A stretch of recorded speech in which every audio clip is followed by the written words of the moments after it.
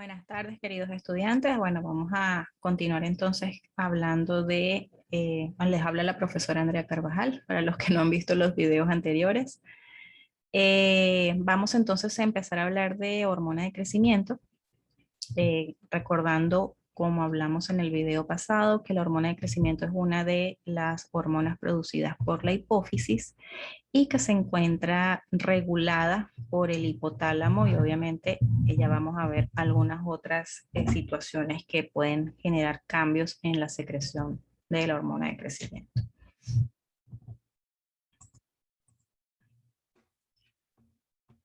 Ok, entonces, hormona de crecimiento, se habla de hormona de crecimiento porque al principio se pensó que la hormona solamente tenía que ver con el lograr el aumento de tamaño de las células óseas y musculares para precisamente lograr el aumento del crecimiento. Inicialmente se pensaba que solamente, o la hormona de crecimiento era importante solamente en la edad infantil o en los niños para lograr el crecimiento. Más adelante se ve que la hormona del crecimiento tiene, aparte de sus efectos de crecimiento como tal, valga la redundancia, pues tiene unos efectos metabólicos que también pueden generar cambios, no solamente en la niñez, sino en la adultez.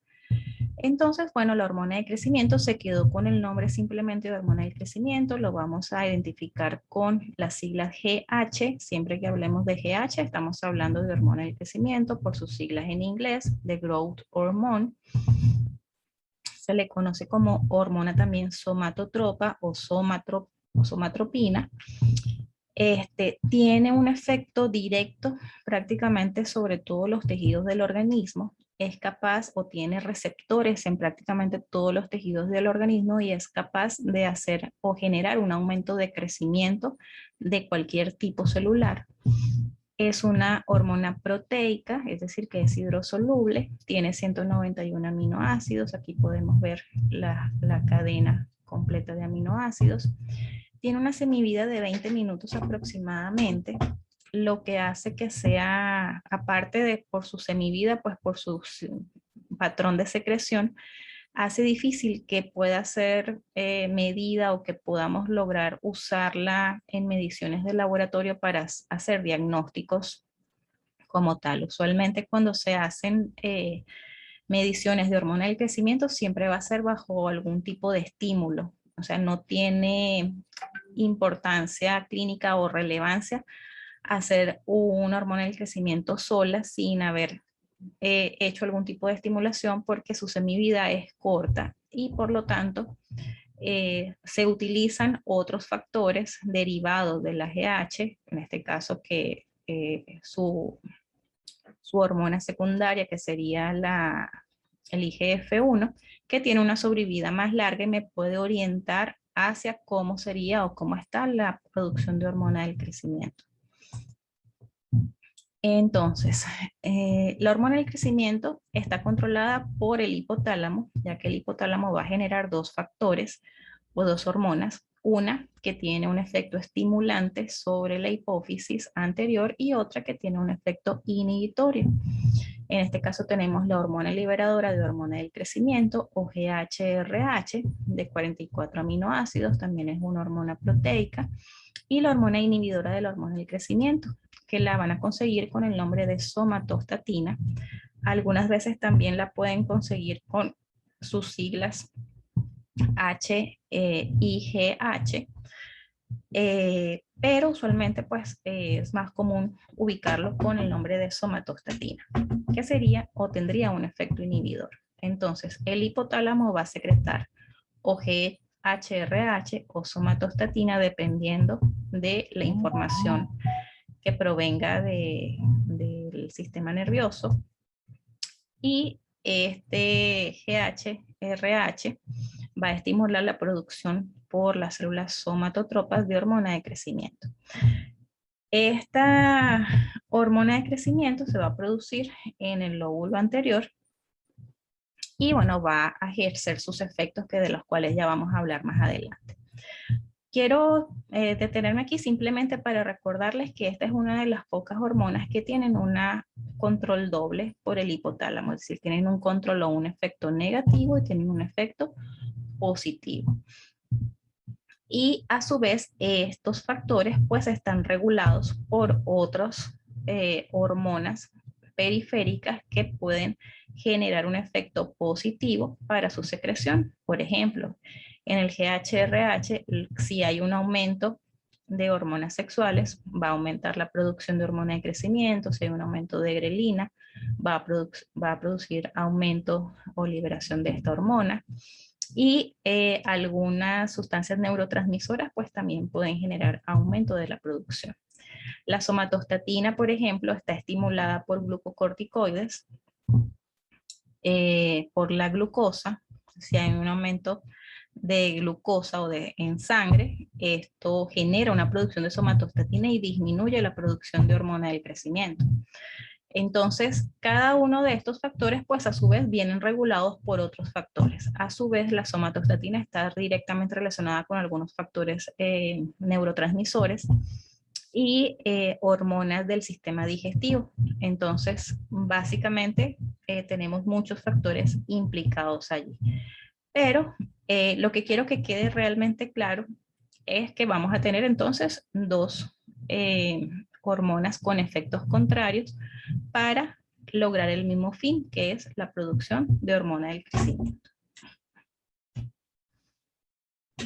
El efecto principal asociado a la hormona del crecimiento es lograr el crecimiento de los tejidos, estimular la mitosis y favorecer la hiperplasia celular, de forma tal que se logre un crecimiento continuo desde el nacimiento hasta llegar a la edad adulta. Esta producción de hormona del crecimiento permite a través de estos tres funciones pues lograr que se logre la estatura o la talla deseada. Su efecto lo hace pues generando un crecimiento óseo en cartílago, hueso y músculo, logrando entonces pues el crecimiento lineal, lo que es su efecto principal. Este efecto de crecimiento fue evidenciado en animales de experimentación, donde se dejaron parte de estos animales de forma control y a otro grupo se les fue administrando hormona del crecimiento a través de un tiempo, evidenciando que a medida que pasaba el tiempo, estos animales con mayor cantidad de hormona del crecimiento tenían un peso mucho mayor y eran obviamente de un tamaño mucho mayor. Entonces se evidencia que esta hormona está directamente relacionada con lograr un crecimiento lineal. Es decir, va a tener un efecto directo sobre huesos, sobre músculo, cartílagos y obviamente las articulaciones.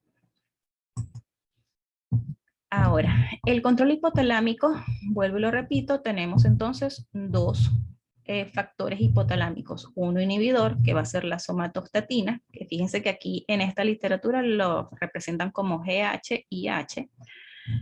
Y la hormona liberadora de hormona del crecimiento, que es GHRH. Fíjense los niveles en sangre portal. Esta sangre portal es la sangre portal hipoficiaria, es decir, se tomó muestra en la sangre que se estaba liberando hacia la hipófisis.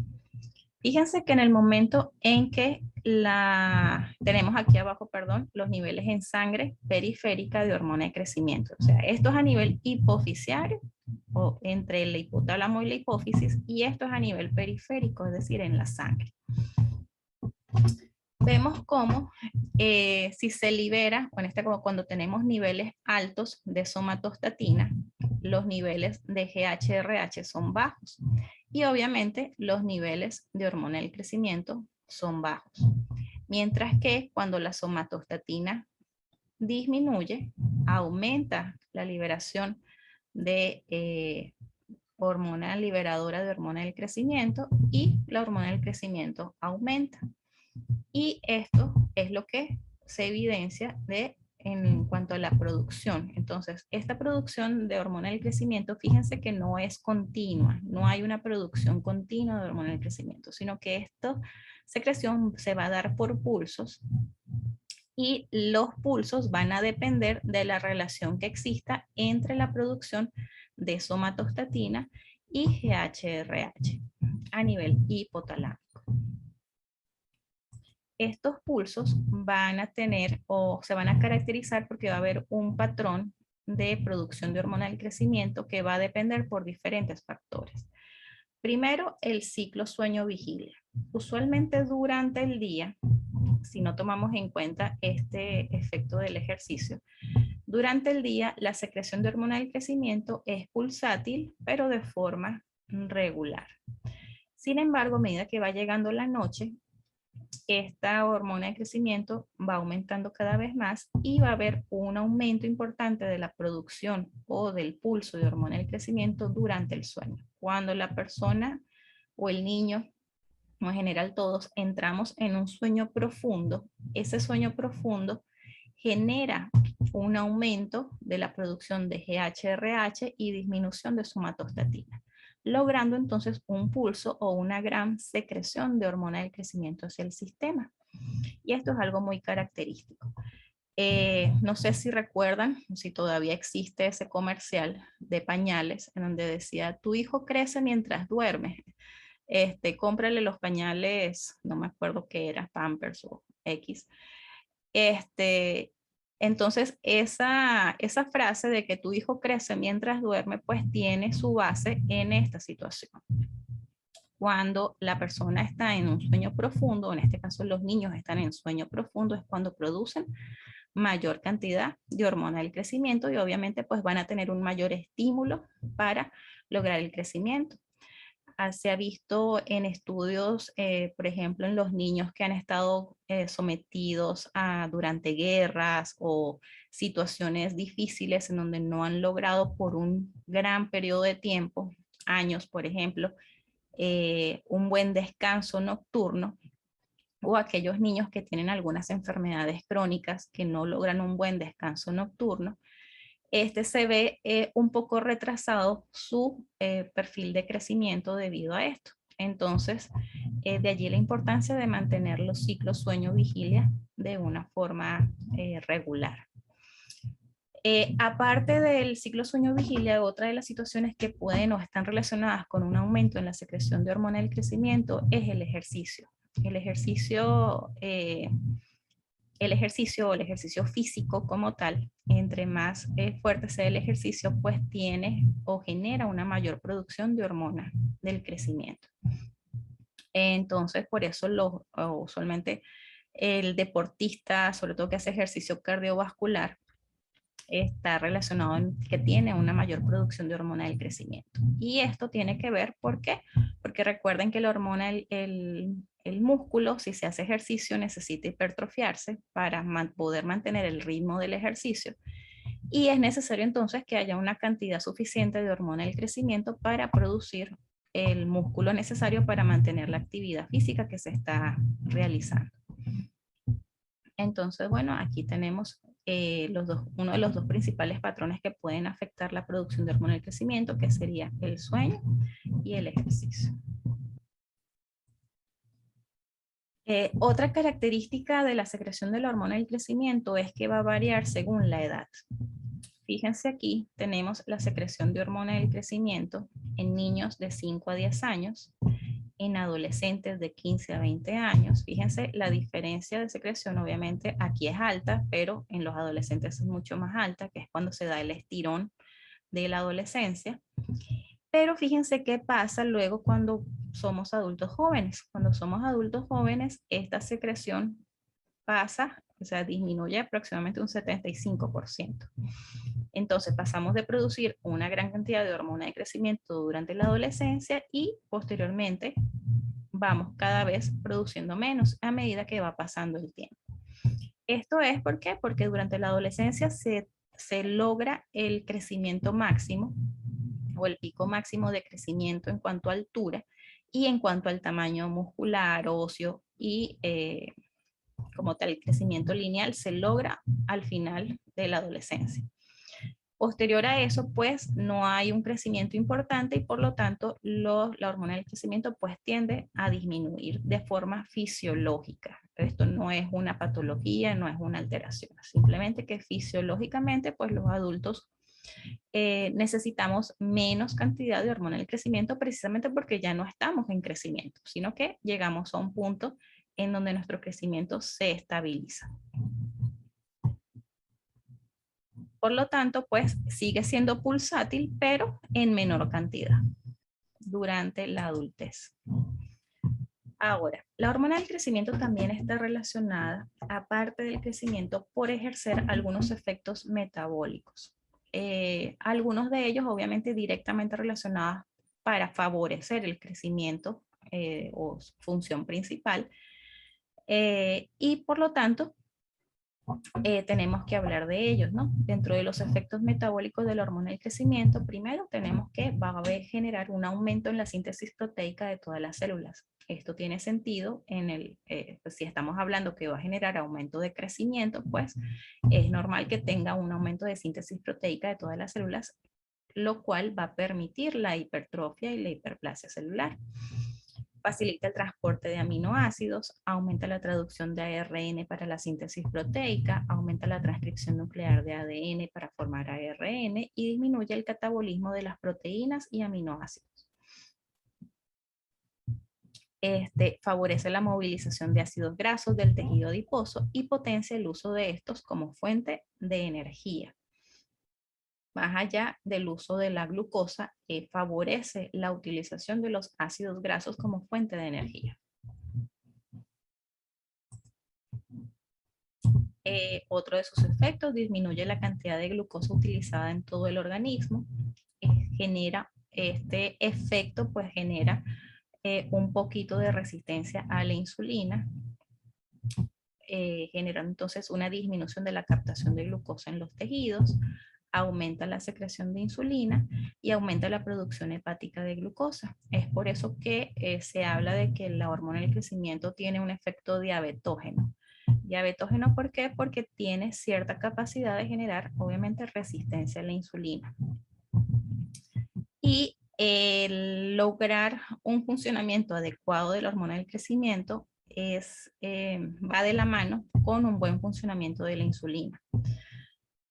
¿Por qué? Porque los dos tienen que ver con la regulación de las necesidades o de los sustratos, en este caso energéticos, para poder lograr todos los efectos metabólicos y todas la activación de las vías enzimáticas necesarias para poder lograr el crecimiento como tal.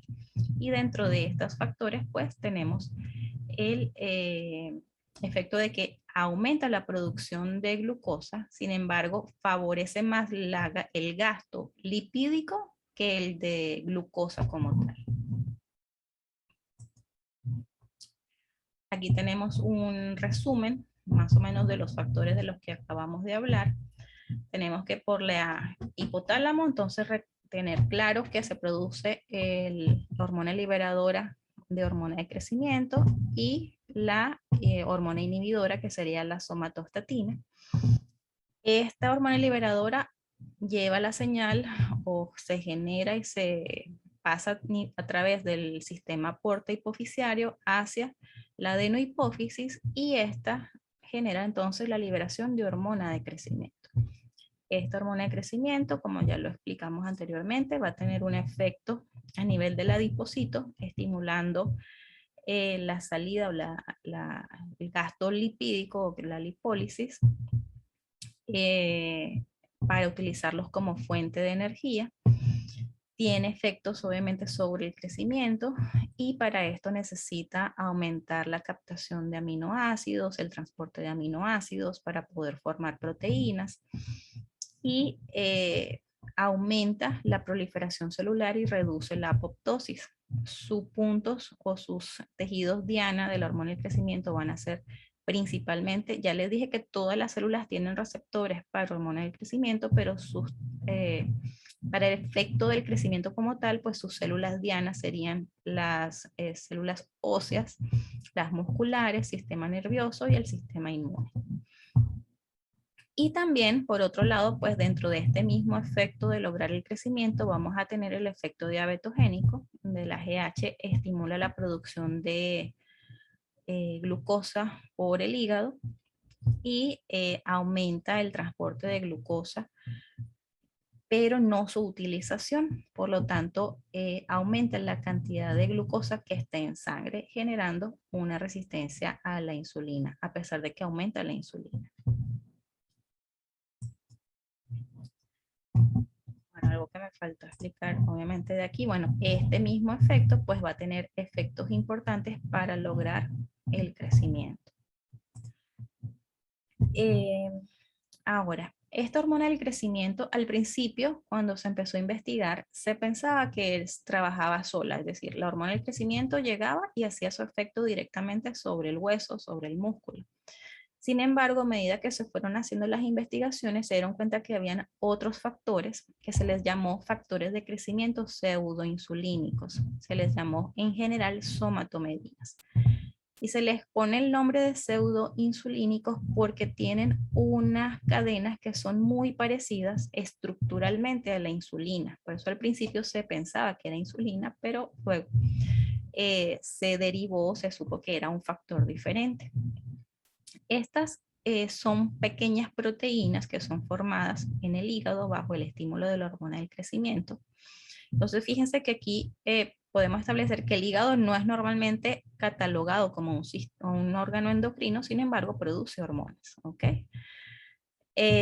Produce la hormona que sería las somatomedinas, de las cuales la más importante es la que se conoce como IGF-1. Ejerce un potente efecto estimulante en todos los aspectos del crecimiento óseo. Tiene un efecto muy parecido o prácticamente igual al de la hormona de crecimiento como tal.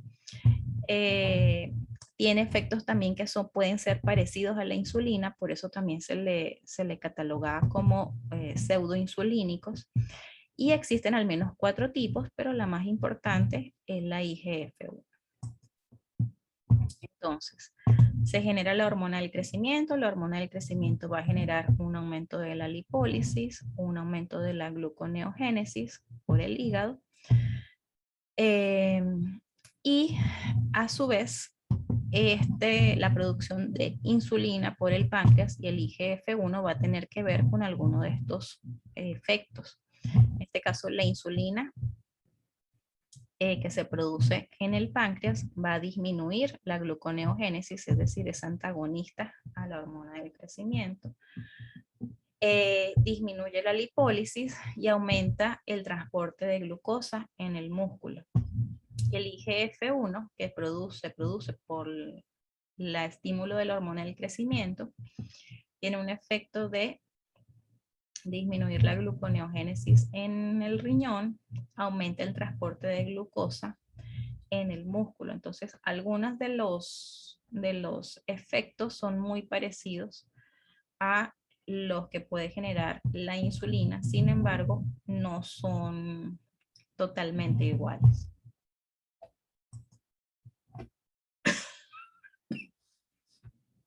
Ok, entonces, estas somatomedinas entran entonces a formar parte del eje de la hormona de crecimiento. Ya no se habla de la hormona de crecimiento sola o su efecto solitario, aunque sí pueden hacer efecto directo, sino que también ya entra en juego pues la producción de IGF-1 que está directamente relacionada con el crecimiento lineal. Volvemos aquí. Tenemos el hipotálamo, se secreta somatostatina, que recordemos que tiene un efecto negativo sobre la producción de GH, o GHRH, que tiene un efecto positivo. Se produce hormona del crecimiento, esa hormona del crecimiento va al hígado, y en el hígado se produce o se secreta IGF-1. Esa IGF-1 va a ir sola o acompañada en un carrito transportador, que es el IGF-BP3, va a viajar en el torrente sanguíneo para ir a hacer efecto principalmente sobre las células relacionadas con el crecimiento, que ya hablamos que eran las células óseas y musculares principalmente. Estas células tienen receptores para IGF-1. El IGF-1 se une al receptor y al unirse al receptor pues va a generar la proliferación de condrocitos y la diferenciación de condrocitos para generar entonces el crecimiento óseo. Entonces, estas células van a tener tanto receptores de IGF-1 como receptores de hormona del crecimiento de forma directa y los dos van a tener el mismo efecto. Este IGF-1 pasa a tener relevancia porque también, o sea, al entrar a formar parte de este eje, pues tiene un efecto igualmente como en el resto de los ejes, en donde puede generar retroalimentación negativa sobre las hormonas que están por encima, es decir, sobre las hormonas hipotalámicas e hipofisiarias. Entonces, si tenemos aquí el eje, vamos a empezar con el eje desde el hipotálamo, produce GH. Luego esa hormona del crecimiento puede ir a hacer su efecto directo o puede ir al hígado y generar la producción de IGF-1. Ese IGF-1 va a generar crecimiento del cartílago y a su vez va a potenciar el aumento de glucosa en la sangre y el crecimiento tisular y óseo. Si hay una gran cantidad de IGF-1 en sangre, ese IGF-1 va a bloquear la producción de GHRH y potenciar entonces la producción de somatostatina, disminuyendo así la GH, es decir, se autorregula el eje. Igualmente, la producción de GH, si hay un aumento en la producción de hormona del crecimiento, esta hormona del crecimiento tiene receptores en las células hipotalámicas y va a poder o puede inhibir la producción de GHRH, es decir, vamos a tener la retroalimentación negativa típica del eje endocrino. La mayoría de los efectos de la hormona del crecimiento están mediados o se deben al efecto de la somatomedina sobre los tejidos, y la somatomedina tiene una semivida más larga que la hormona del crecimiento, es decir, es de 20 horas, por lo que su efecto estimulante de crecimiento dura más que el efecto de la hormona del crecimiento. Y también en la parte clínica es importante porque es más, o está más relacionado con cambios en el crecimiento, los valores o las mediciones de IGF-1, por ejemplo, a que la propia hormona del crecimiento, precisamente porque la IGF-1 tiene una vida media larga en sangre, mientras que recordemos que la hormona del crecimiento tiene una vida media corta. Entonces, es más directo, en este caso, verídico, si se puede decir, el medir IGF-1 que medir hormona del crecimiento. Este es un resumen del eje y bueno, ya hablamos de eso, ya esto lo hemos repetido varias veces. Les voy a dejar la lámina si la quieren detallar un poquito más. Sobre todo quiero que recuerden que vamos a manejarnos como ejes y que tenemos que establecer cuáles son los efectos positivos para la producción hormonal y cuáles van a ser los efectos o los factores que pueden generar o disminuir la producción hormonal. Entonces, en resumen, la regulación de la secreción de la hormona del crecimiento, vamos a tener factores que estimulan la secreción. ¿Qué factores particulares pueden estimular la secreción? Una disminución de la glicemia. Cuando hay disminución de la glicemia o hay hipoglicemia, una de las hormonas contrarreguladoras para evitar la hipoglicemia es la hormona del crecimiento. Y esto se debe a que la hormona del crecimiento, como lo dijimos anteriormente, tiene la capacidad de generar aumento de la glucosa a través del hígado. ¿Por qué? Porque aumenta la producción de glucosa por el hígado. Entonces, cuando hay hipoglicemias, hay aumento de la producción de hormona de crecimiento. Otro estímulo para su secreción, la disminución de ácidos grasos libres en sangre, la inanición o ayuno, cuando hay un ayuno prolongado o inanición, perdón, ayuno agudo o inanición, pues puede aumentar la hormona del crecimiento, esto con la idea de aumentar el gasto de, en este caso, de las fuentes energéticas de diferentes tipos, especialmente la lipídica. Cuando hay traumatismos y estrés, aumenta la hormona del crecimiento. Cuando se hace ejercicio, como lo nombré anteriormente, aumenta la hormona del crecimiento. También la testosterona, estrógenos pueden aumentar la hormona del crecimiento. Cuando hay el sueño profundo, de los cuales estamos hablando anteriormente, hay aumento de la secreción de hormona del crecimiento y obviamente la GHRH pues, está directamente relacionada con la producción de hormona del crecimiento. Que inhiben su secreción, un aumento de la glicemia, un aumento de ácidos grasos libres en sangre, el envejecimiento, a medida que vamos pasando en edad, pues nuestra hormona de crecimiento disminuye su secreción, la obesidad disminuye la producción de hormona del crecimiento, la somatostatina, que ya hablamos de ella, GH exógena, es decir, si el paciente se administra hormona del crecimiento exógena, es decir, de forma parenteral, pues va a disminuir la producción de hormona del crecimiento propia. Y las somatomedinas, aumento de IGF-1, pues va a disminuir la producción de hormona del crecimiento.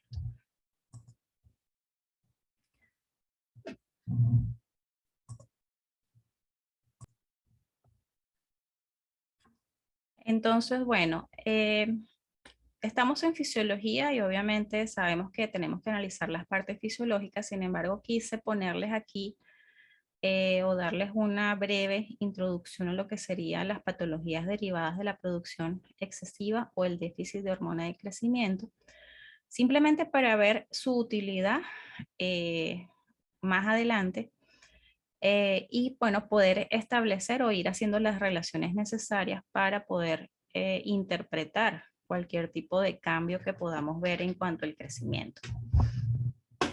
Entonces, bueno, aquí tenemos la imagen de el hombre más alto del mundo, el cual obviamente tiene una excesiva producción de hormona del crecimiento por su hipófisis, probablemente por un tumor hipoficiario de células productoras de hormona de crecimiento, el cual puede continuar en crecimiento. ¿Por qué? Porque su aumento de producción de hormona de crecimiento probablemente inició antes de que se cerraran las epífisis a nivel óseo. Entonces, este es un paciente que desde niño empezó con un problema de aumento de producción de hormona del crecimiento, lo cual permitió que su cuerpo pues fuera obtuviese un crecimiento longitudinal pues excesivo. Por otro lado, tenemos una persona pequeña en donde tenemos un déficit de hormona del crecimiento. Este específicamente no pareciese un enanismo por déficit de hormona del crecimiento, pero bueno, lo puse ya en la lámina para verificar. Tendría que revisar si realmente este personaje tiene déficit de hormona del crecimiento. Entonces, las enfermedades de la hormona del crecimiento se van a derivar en dos tipos, dependiendo de si el paciente, en este caso las enfermedades por exceso de hormona del crecimiento, dependiendo de si el paciente ya es adulto y alcanzó su pico se cerraron ya sus epífisis y ya llegó a la edad adulta, o si es un paciente que empezó su aumento de hormona de crecimiento siendo todavía niño, donde no había cerrado sus epífisis. Entonces vamos a tener que se va a dividir en dos, una que se llama acromegalia y otra que se llama gigantismo. La acromegalia se refiere al exceso de hormona de crecimiento, o sea, los dos tienen exceso de hormona de crecimiento, usualmente por tumores productores de hormona del crecimiento, pero en la acromegalia se habla de este paciente que ya empezó su exceso de hormona de crecimiento de forma adulta. al empezar su exceso de hormona de crecimiento de forma adulta, no va a haber un crecimiento longitudinal, es decir, él no va a seguir aumentando o creciendo en altura, sino que su crecimiento va a ser de los tejidos, principalmente de los tejidos blandos, ¿no? Fíjense, orejas grandes. ¿Qué caracteriza a un paciente con acromegalia o con exceso de hormona del crecimiento? Lo caracterizan los tejidos blandos grandes, ¿no? Las orejas grandes, nariz grande, aumento del tamaño de los dientes, de la lengua, el, el mentón más grande y protruido hacia afuera, todo lo que es el hueso maxilar mucho más grande, los arcos supraciliares bastante pronunciados. Aquí no lo vemos, pero tenemos usualmente unas manos bastante gruesas, unos dedos bastante gruesos, pies grandes, manos grandes. Y muchas veces el paciente no se da cuenta y este tipo de problemas pasan desapercibidos. Usualmente el paciente con acromegalia tenemos un problema importante con ellos porque se diagnostican usualmente muy tarde porque nadie le toma atención a este tipo de cambios. El personaje de Shrek fue hecho en base a este paciente de acromegalia. Este paciente de acromegalia trabajó en un circo por mucho tiempo debido a sus características físicas. Y fíjense que los rasgos que tiene el dibujo animado, pues son los propios rasgos acromegálicos, ¿no? Un mentón y una maxilar inferior bastante grande y protruido, una nariz muy grande, unas manos muy grandes. Entonces se caracteriza por este tipo de rasgos. Se los comento porque, como les digo, este tipo de pacientes muchas veces pasa desapercibido, no se diagnostica a tiempo hasta que ya la lesión tumoral es muy grande. Entonces quiero que ustedes tomen en cuenta este tipo de rasgos y si ustedes tienen algún paciente que puedan pensar que ven que tiene las manos grandes y que el paciente mismo le dije, doctor, ya perdí todos mis anillos o tuve que cambiar de talla de zapato varias veces porque mi pie sigue creciendo o mis manos siguen creciendo, pues este es un paciente que tenemos que sospechar que es posible que pueda tener un aumento de producción de hormona del crecimiento. Fíjense, esta mujer, más o menos a sus 20 años, fíjense en los rasgos. Lo que quiero que vean es los rasgos, que fíjense cómo a medida que va pasando el tiempo, los rasgos van cambiando completamente. Esta nariz se va haciendo cada vez más grande, lo que es los maxilares superior e inferior van aumentando, los arcos supraciliares se hacen más pronunciados y fíjense aquí ya en mayor edad, fíjense en las manos que son de dedos gruesos. Y bueno, obviamente los rasgos propios, que si nos devolvemos en la lámina, fíjense en estos rasgos, si nos devolvemos en la lámina son rasgos muy parecidos al del personaje anterior o el paciente anterior. Entonces, fíjense cómo pasó el tiempo y lamentablemente no hubo ningún diagnóstico hasta que ya llegamos a este punto. Entonces, bueno, o la razón de darles esta información es para que ustedes estén al tanto de esto. Aquí tenemos otra imagen, esta es esta misma mujer, obviamente aquí más joven y aquí posterior a el efecto de la hormona del crecimiento. Fíjense que los rasgos siguen siendo los mismos, un aumento del tamaño de la nariz, un aumento del tamaño de lo que sería el maxilar inferior, las manos. Obviamente aquí también tenemos un problema de obesidad aparte, pero viene pues con muchas complicaciones. Aquí tenemos la lámina que ya habíamos visto anteriormente. Este es el hombre más alto del mundo, de 2,47 metros. Y a pesar de que se vea cómico y bueno, el récord Guinness y todo lo demás, pues estos son pacientes que tienen muchas complicaciones metabólicas, obviamente osteoarticulares, son pacientes que tienen dolores musculares, óseos, articulares. Si tienen una tumoración a nivel hipoficiaria, pues probablemente tengan problemas de visión, si está afectado el quiasma óptico, pueden tener dolores de cabeza frecuentes o tener afectación de algunas otras áreas del cerebro cercanas.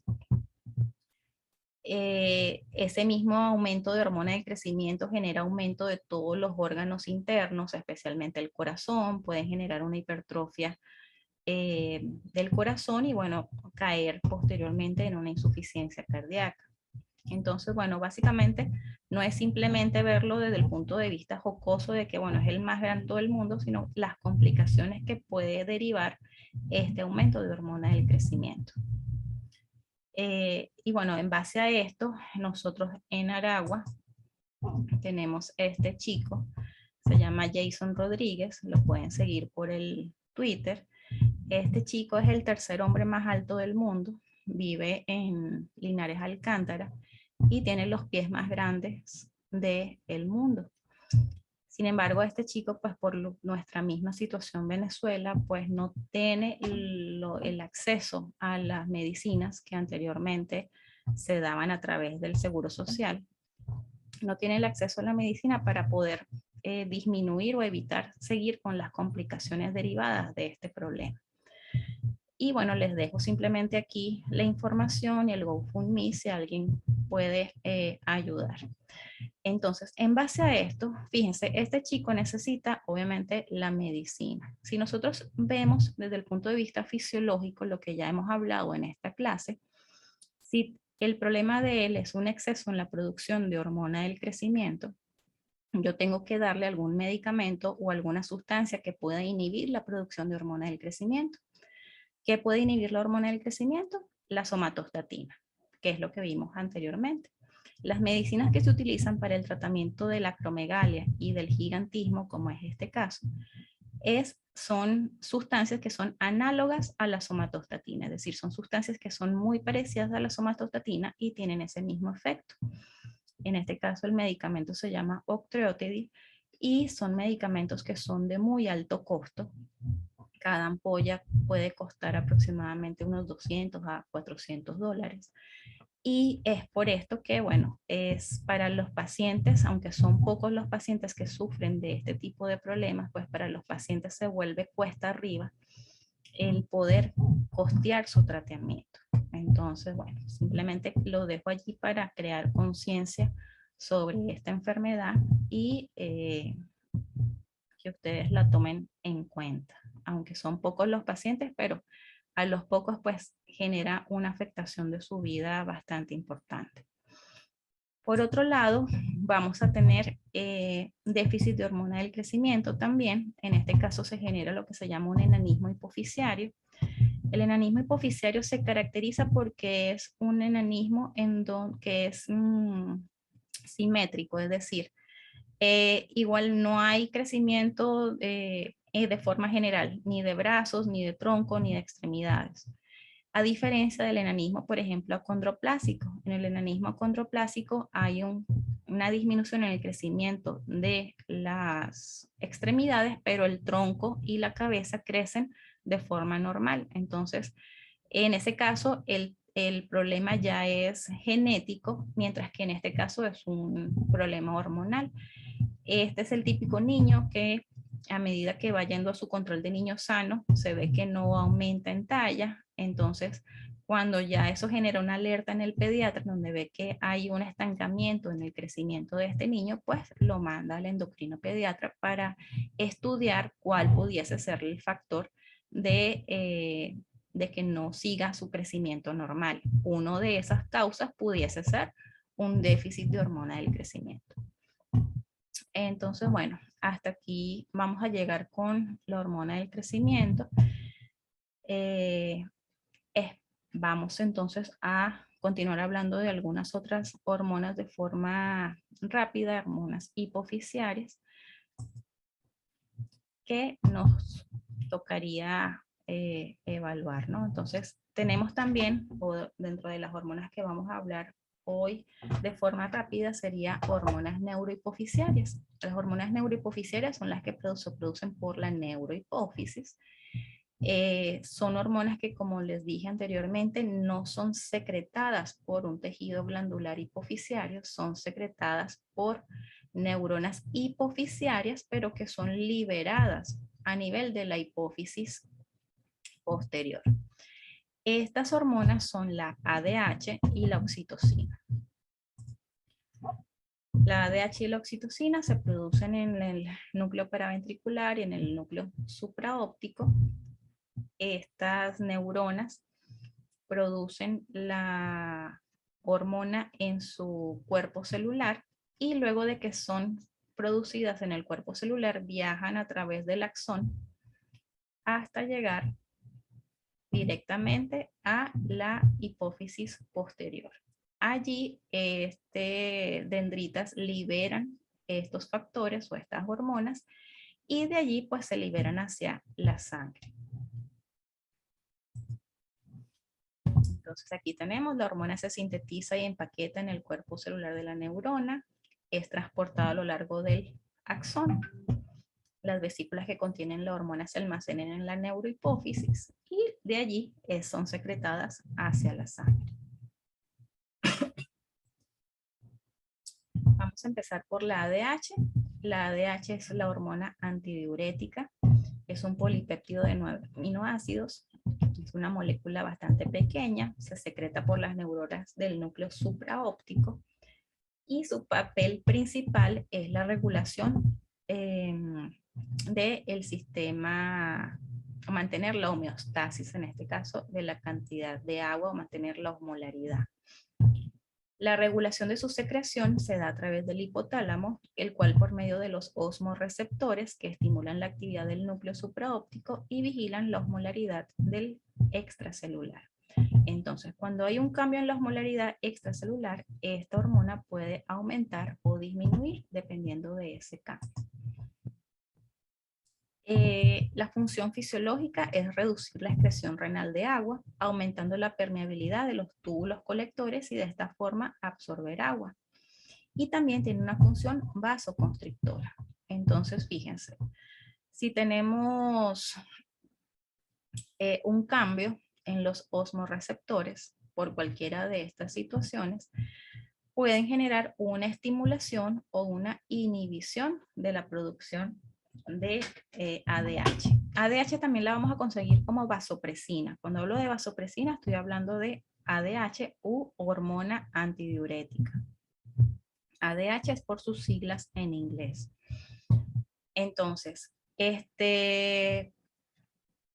si hay una presión osmótica cambiante, pues vamos a generar entonces una estimulación de los osmorreceptores y esos osmorreceptores van a estimular la producción de ADH. Se va a producir la ADH y la ADH va a ir al riñón. En el riñón va a disminuir la excreción de agua y aumentar la reabsorción de agua. A nivel de las glándulas sudoríparas va a disminuir la excreción de agua y aumenta la perspiración por la piel, y a nivel de los vasos sanguíneos va a generar una vasoconstricción importante de las arteriolas, es decir, tiene un efecto vasoconstrictor, tiene un efecto de retención de agua y a nivel de las glándulas sudoríparas pues también tendría un efecto. Si es al revés y, por ejemplo, la osmolaridad, perdón, la osmolaridad está en este caso disminuida, pues se inhibe la producción de hormona antidiurética y disminuye su producción. Al disminuir su producción, pues aumenta entonces la excreción de líquido, la excreción de sudor y no se genera vasoconstricción. El efecto sobre el riñón. Básicamente la vasopresina se va a unir, se va a secretar a sangre, va a ir a través del torrente sanguíneo hasta llegar a las células tubulares del riñón y se va a unir a un receptor de membrana. Aquí entra la vasopresina. Este receptor de membrana, que es el receptor que está en la célula del túbulo colector, se genera una señal de segundos mensajeros a través de AMP cíclico y genera que las acuaporinas, que son estas vesículas con poros de agua, acuaporinas se peguen del lado de la luz tubular. Estas acuaporinas no son más que proteínas que forman poros de agua a nivel de la célula tubular y al formar el poro, pues permite que el agua pase por gradiente de concentración. Recuerden que en esta zona hay un gradiente córtico medular.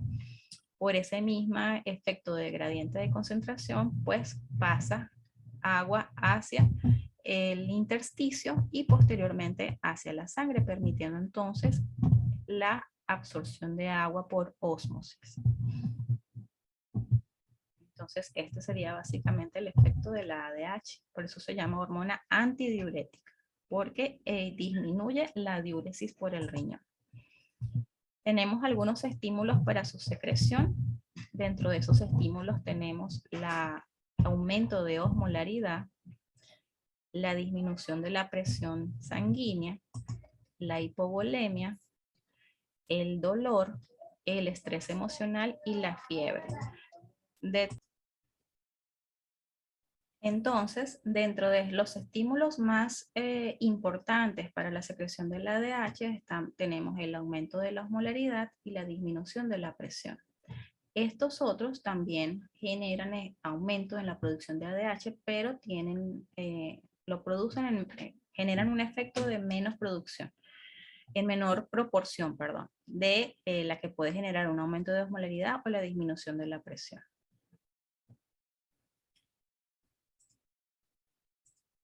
Tenemos también los que inhiben la osmolaridad, los que inhiben la secreción, perdón. En este caso, los factores que pueden inhibir la secreción de la ADH es una disminución de la osmolaridad. Si la osmolaridad está baja, se disminuye la ADH precisamente para eliminar el líquido innecesario. Si hay un aumento de la presión, se inhibe la ADH también. Las bebidas alcohólicas disminuyen la producción de ADH y es por eso que cuando la persona consume bebidas alcohólicas, cerveza o alguna otra, pues tiende a tener más ganas de ir al baño, a hacer pipí. Y el frío, a todos nos ha pasado que cuando estamos en un lugar frío, pues aumenta la necesidad de ir al baño. Entonces, en estos casos, pues todo esto es regulado por una disminución de la ADH. Ahora, la otra hormona neurohipofisiaria es la oxitocina. La oxitocina es también una hormona pequeña, es una hormona proteica, un polipéptido de 9 aminoácidos. Sus funciones básicas son estimular las contracciones uterinas. Esto ocurre durante el embarazo, especialmente al final de la gestación, y durante las relaciones sexuales, y está directamente relacionada con la producción del orgasmo en las mujeres. Estimula la estimulación de la leche por las mamas. Esto es muy importante. La oxitocina estimula la expulsión de leche por las mamas, mas no es la responsable de la producción de leche. La producción de leche se da a través de la prolactina, de la cual, bueno, hablaremos más adelante cuando hablemos de la parte de embarazo y lactancia. Entonces, esa oxitocina pues tiene la capacidad de estimular la expulsión de la leche por las mamas en base al estímulo que sería el estímulo de succión. Entonces, la oxitocina funciona, contracciones, generar aumento de las contracciones uterinas para lograr el parto y la salida o la eyección de la leche. No sé si ustedes han escuchado algunas veces en las películas que a las mujeres les ponen oxitocina, oxitocin, o antes también llamado pitocin, que no es más que oxitocina, que lo que hace es aumentar la fuerza y la cantidad de contracciones que se puedan presentar durante el parto. Este control hormonal, o en este caso cuando hablamos de la producción de la leche, se debe a la oxitocina y a la prolactina. Entonces aquí tenemos la imagen del reflejo de succión. Para lograr una lactancia materna adecuada necesitamos un reflejo de succión. El bebé se pega del pezón y la areola, genera una succión y eso va a generar una señal ascendente que lleva esta información para que se produzca una inhibición, en este caso de la dopamina, para que se pueda producir prolactina. Y a nivel del hipotálamo genera un efecto positivo sobre las células que van a producir la oxitocina, generando entonces un aumento en la secreción de oxitocina. Este aumento de la secreción de oxitocina permite la contracción del músculo liso y esa contracción del músculo liso permite entonces la eyección o salida de la leche que se debe o se logra gracias al aumento de la prolactina. Entonces, lográndose entonces una lactancia materna adecuada. Este reflejo es muy importante. ¿Por qué? Porque si el bebé no se pega del pezón, no va a haber o no se va a lograr una salida adecuada de la leche materna. Hay algunas mujeres que tienen mayor capacidad de producir leche y otras menos producción. Sin embargo, todas tienen la capacidad de producir una lactancia materna adecuada. Lo que sí es importante es tomar en cuenta que este reflejo, si no hay este reflejo de succión, pues no va a haber ni secreción de leche, ni eyección de la leche. Entonces es muy importante tomar en cuenta que entre más tiempo esté el bebé unido al pezón y a la areola, pues mayor cantidad de leche se va a secretar. La oxitocina, aparte de su efecto como tal durante el parto y durante la lactancia, está también relacionada desde el punto de vista emocional con la felicidad, con la sensación de bienestar, de seguridad, y es por eso que se cataloga como la hormona del amor, o se le ha dado ese título de hormona del amor, ya que genera o su producción genera bienestar. Una de las formas más fáciles que tenemos de producir oxitocina es abrazar a alguien querido. Si tú abrazas a tu papá, abrazas a tu mamá, o abrazas a tus hermanos, a tu abuelo, a tu tío, a alguien muy querido para ti, a tu novio, a tu esposo, ese simple abrazo va a generar una sensación de bienestar. Y esa sensación de bienestar se debe a la producción de oxitocina. Entonces, simplemente aquí quería darles información extra sobre lo que sería la parte de oxitocina. Y bueno, llegamos hasta aquí al final de esta clase. Entonces no me queda más que decirles que mantengan la calma y produzcan oxitocina, que bueno, ya pronto vamos a terminar fisiología. Hasta luego, chicos, que pasen buen día.